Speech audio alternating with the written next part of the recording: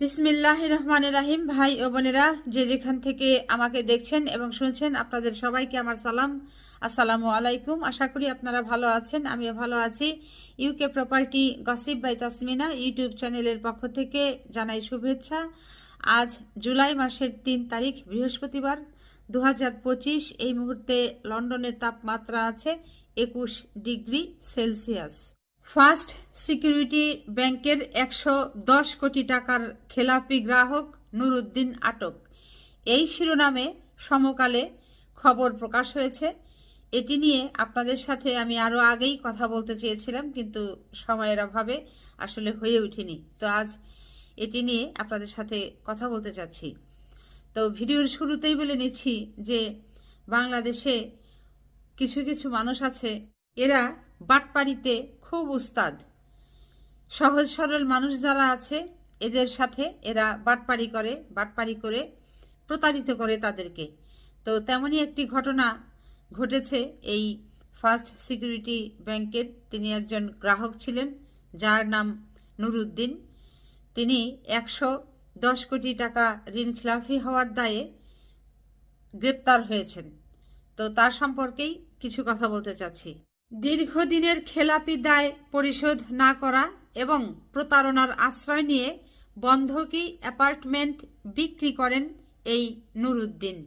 First security ইসলামী ব্যাংকের সূত্র থেকে জানা গেছে যে এই নুরুদ্দিনের বিরুদ্ধে অর্থঋণ আদালতে বেশ কয়েকটি মামলা রয়েছে।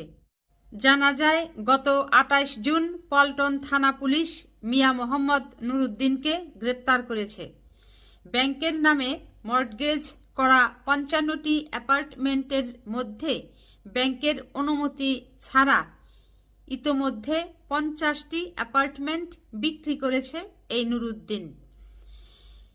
মিয়া নুরুদ্দিন এবং তার সহযোগী প্রতিষ্ঠানের নামে মুনাফা সহ ঋণ স্থিতি দাঁড়িয়েছে 110 কোটি টাকা।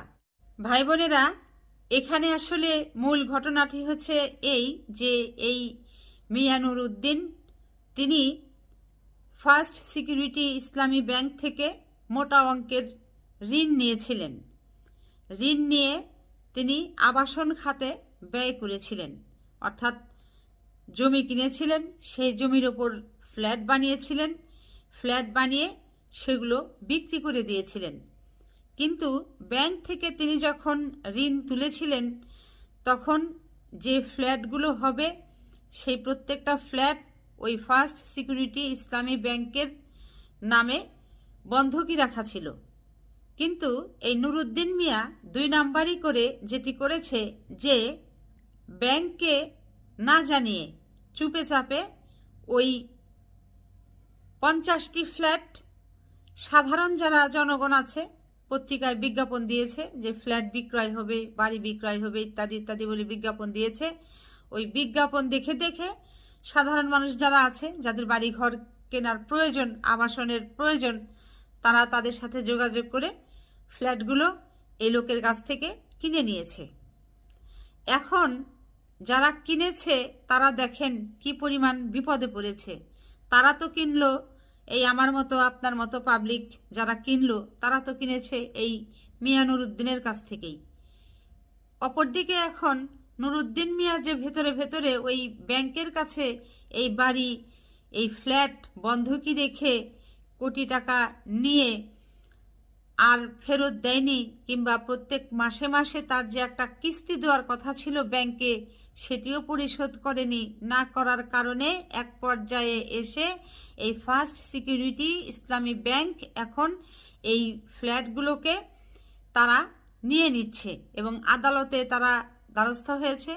আদালত তাদেরকে এখন নির্দেশ দিয়েছে যে তাহলে এই লোককে গ্রেপ্তার করো, এবং তাহলে এখন যেহেতু বন্ধকি জমি, তাহলে এই ফ্ল্যাটগুলো তো ফার্স্ট সিকিউরিটি ইসলামী ব্যাংকের। কিন্তু মাঝখানে এখন বিপদে পড়ল কে? এই সাধারণ জনগণ যারা ফ্ল্যাটগুলো কিনেছিল বা কিনেছে। কাজেই এই ধরনের মানে কিছু কিছু প্রতারক চক্রের সদস্য আছে যারা এরকম ব্যাংক থেকে অর্থ তুলে এরকম প্রপার্টি করে, ব্যাংকের নামে সেই প্রপার্টিগুলো বন্ধকি দেয়, আবার ওদিকে ব্যাংকের কোনো ঋণ পরিশোধ করে না। 3 নম্বরে আবার যেটি করে যে এই ফ্ল্যাটগুলোকে অপর ব্যক্তিদের কাছে বিক্রি করে দিয়ে নগদ অর্থ হাতিয়ে নেয়। ব্যাংক থেকে অর্থ নিয়ে একবার এগুলো করে, সে অর্থও তাদের, আবার করবার পর যাদের কাছে বিক্রি করে তাদের কাছ থেকেও নগদ অর্থ নিয়ে সে অর্থও তারা হাতিয়ে নেয়। সবভাবেই সব দিক থেকেই তারা শুধু লাভবান হয়, মানুষকে প্রতারিত করে, রাষ্ট্রকে ঠকিয়ে, মানুষকে ঠকিয়ে। তো যা হোক, এই হচ্ছে বাংলাদেশের প্রতারক চক্রের কাজ। আপনারা জানেন এই ফার্স্ট সিকিউরিটি ইসলামী ব্যাংকের 37 জন অসৎ কর্মকর্তাকে এরই মাঝে দুদক তলব করেছে, তাদেরকে চিঠি দিয়েছে। কারণ জানা গেছে যে এই ব্যাংকের কর্মকর্তারা যখন কাউকে ঋণ দেয় তখন তার কাগজপত্রগুলো ভালো করে যাচাই বাছাই করে তাকে ঋণ দিতে হয়, যে এই লোকটাকে এই পরিমাণ ঋণ দিলে সে পুনরায় এই ঋণটা ব্যাংকে পরিশোধ করতে পারবে। কিন্তু তারা কি করে, ওই যে মনে করেন কাউকে 10 কোটি টাকা দিয়ে দেয়, ঋণ দিয়ে দেয়, আর ওই 10 কোটি টাকার বিনিময়ে যেটি হয় যে ঋণটা নিল সে ওখান থেকে মনে করেন যে তাকে আবার 50 লাখ টাকা কিংবা 1 কোটি টাকা ছেড়ে দেয়, যে তোমরা যেহেতু আমাকে হেল্প করলা, সহযোগিতা করলা এই 10 কোটি টাকা লোন পাওয়ার জন্য, অতএব তোমাকে এই 1 কোটি টাকাই আমি ছেড়ে দিলাম। তারা এই 1 কোটি টাকার লোভে 1 কোটি টাকা পেয়ে এই ব্যাংকগুলোর অসৎ কর্মকর্তারা এই কাজগুলো আসলে করে। তো তাদেরকেও এখন দুদক তলব করেছে, এরকম 37 জনের বিরুদ্ধে দুদক মামলাও করেছে।